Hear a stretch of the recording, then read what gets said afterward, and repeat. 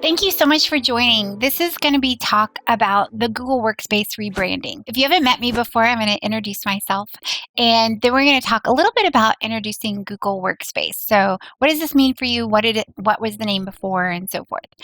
We're going to talk a little bit about highlights of Google Workspace. A lot of things have come out since March of last year that I want to touch on.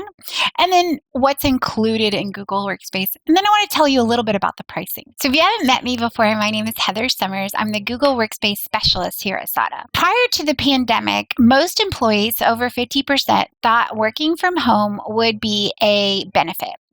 And it's interesting now that we all are working from home that 35% of office workers spend less than 15 minutes of their time outside each day. Because of this new paradigm, we're seeing that probably after COVID, that about 48% of employees will still be working from home.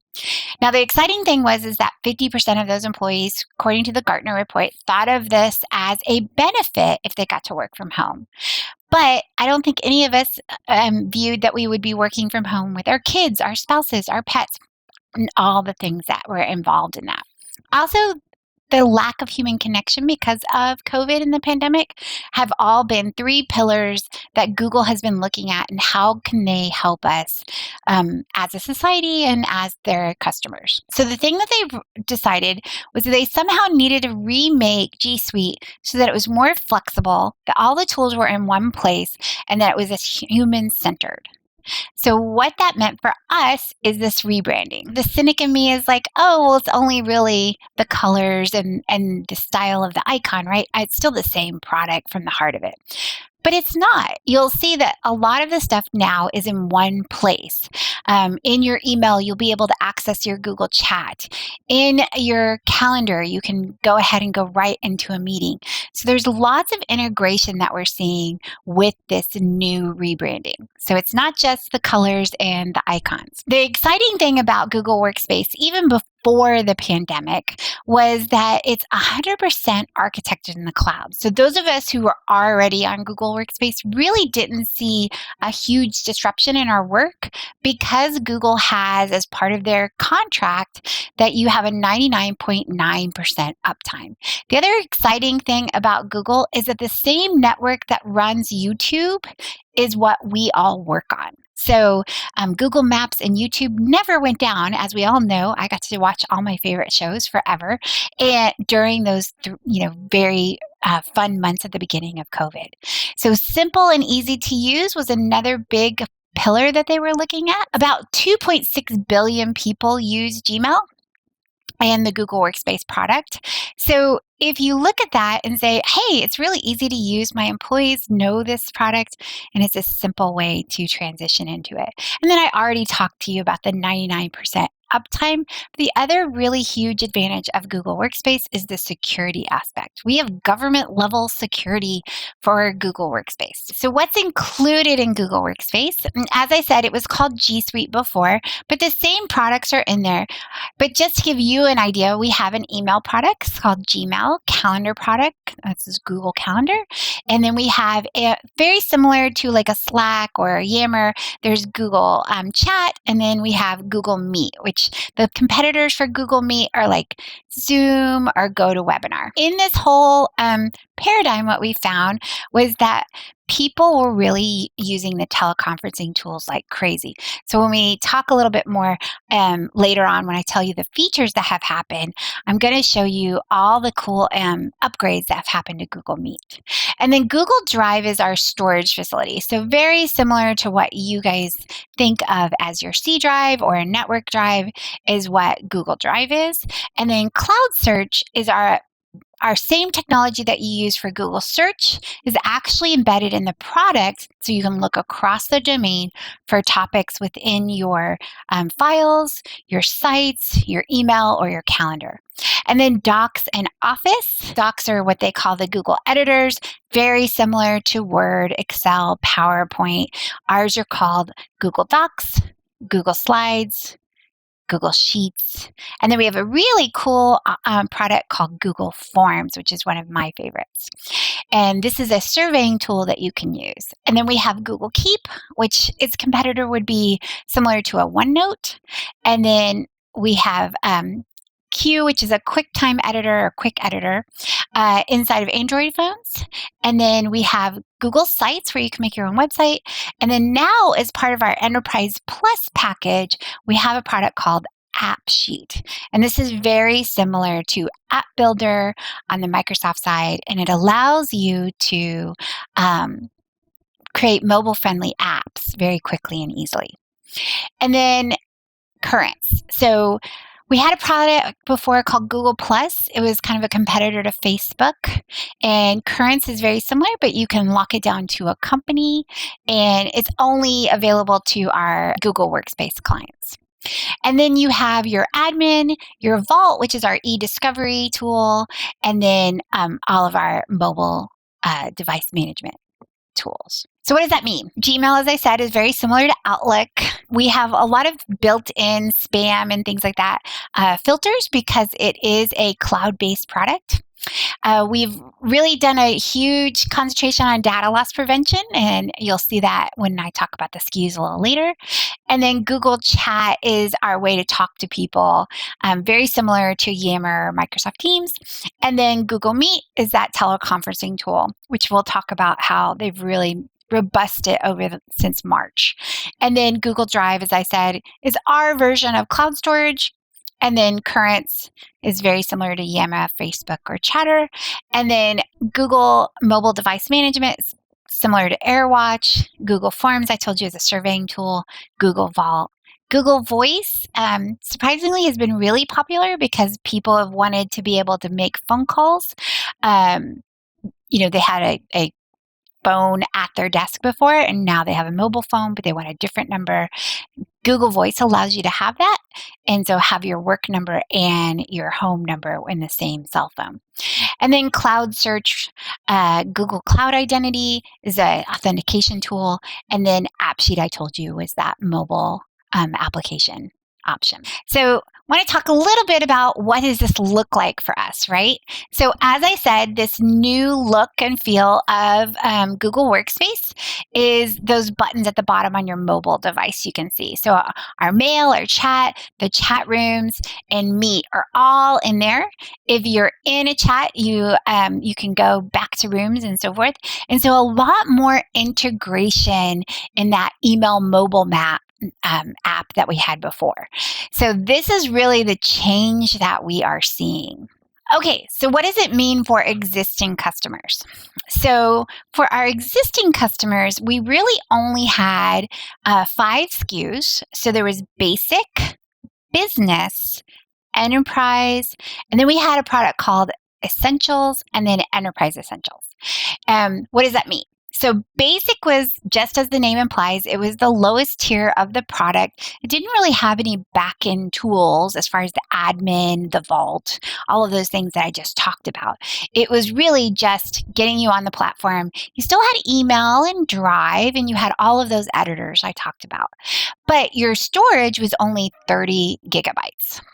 Now, if you upgraded from there, you were on a product called Business, and Business was really where a majority of our customers were kind of at. They had Vault, which is our e-discovery tool. They had unlimited Drive, and they had some of those back-end tools that we referenced before. And then the cream of the crop was our enterprise customers, and those enterprise customers had unlimited storage. They had all the back-end tools that we referenced, data protection, spamming stuff, everything that we discussed. And then they also had that unlimited storage that we talked about. And then our Essentials customers was really Google Drive and Meet. And this really came out of the pandemic, surprisingly. So people were looking for a way to collaborate because they didn't have those on-prem servers anymore, and they were looking for a way to meet with one another. And that's where Google Meet, our teleconferencing tool, came in. So this was really the basics of what you could get.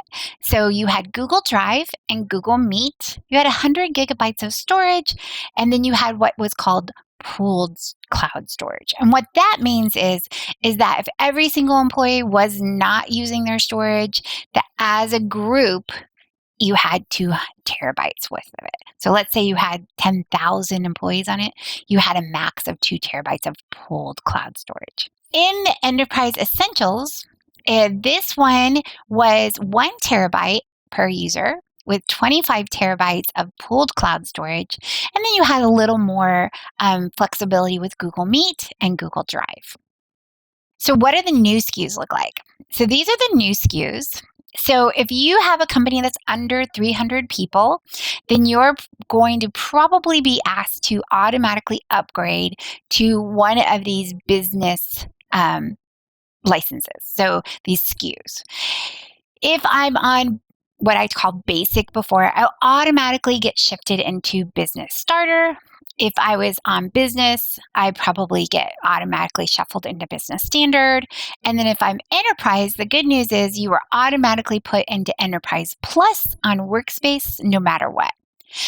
Now, what are the new SKUs, right? So they added some new SKUs for us. Business Plus is the first one they added. And this one has the Vault, and it has 5 terabytes of storage. So Vault, remember, is our e-discovery tool, and it has a little bit of admin security and administration controls.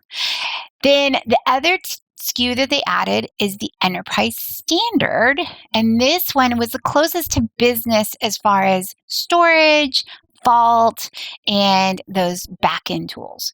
And this has our unlimited storage. And then it has that Vault tool that I told you about, and then the back end. The other big thing that happened was we ran a promo, or Google ran a promo, that allowed you to have Google Meet recording features for free from like about March, April timeframe, all the way till September 30th.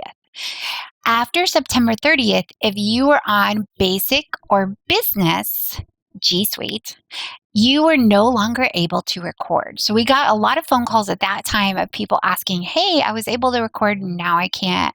What do I do? And that's when, surprisingly, in October, Google Workspace came out with these new SKUs.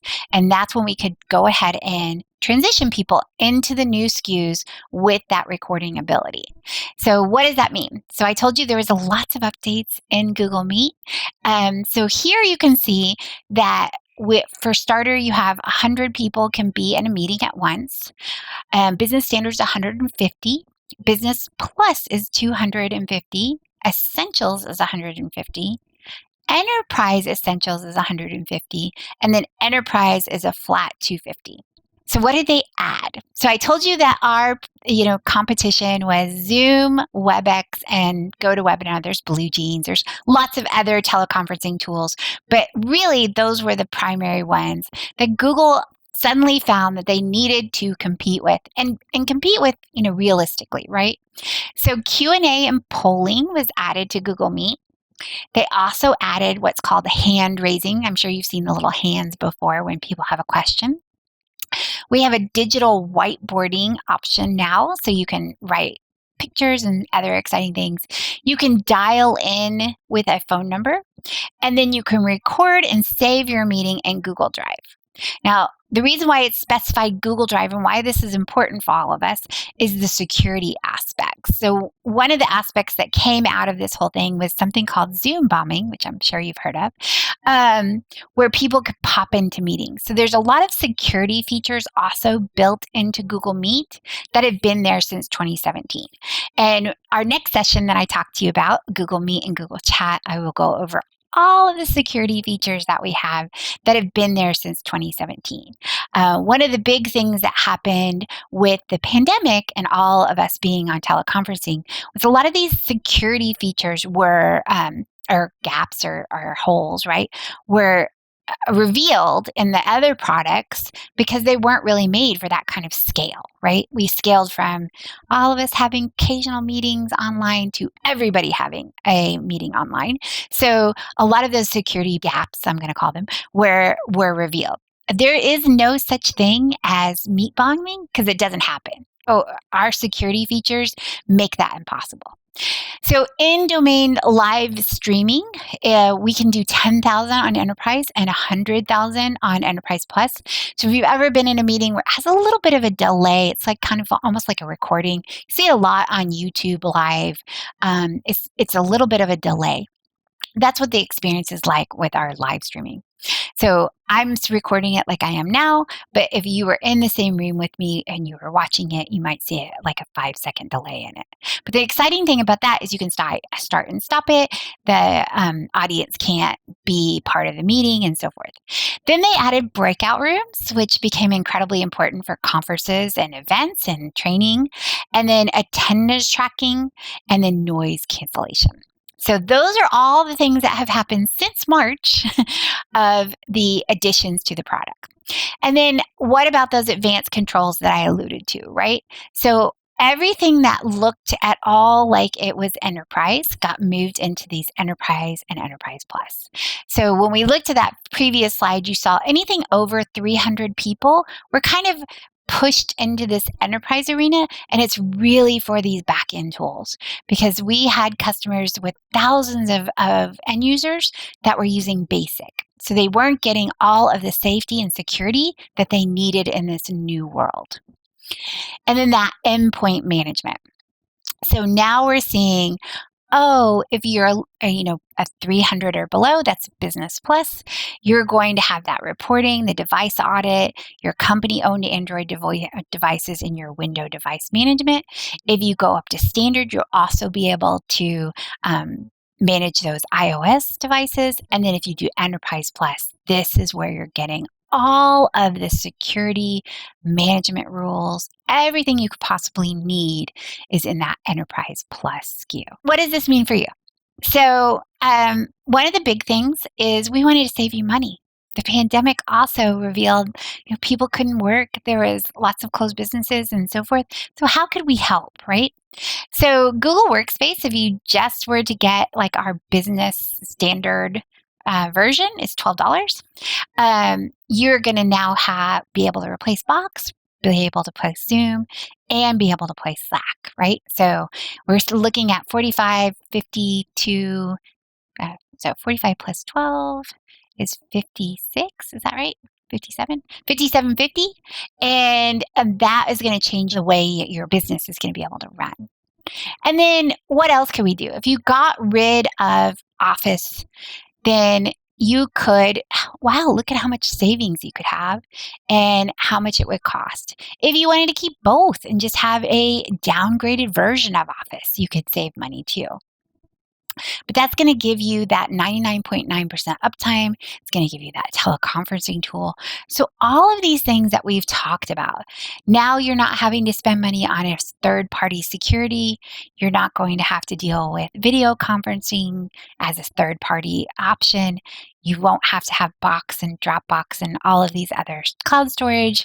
It can all be Google and all be one place and have the same security across the different applications. So I hope that helped. I hope I explained it correctly for you. If you have any questions, you can always reach out to us at sales@sada.com. And thank you so much for letting me spend this time with you.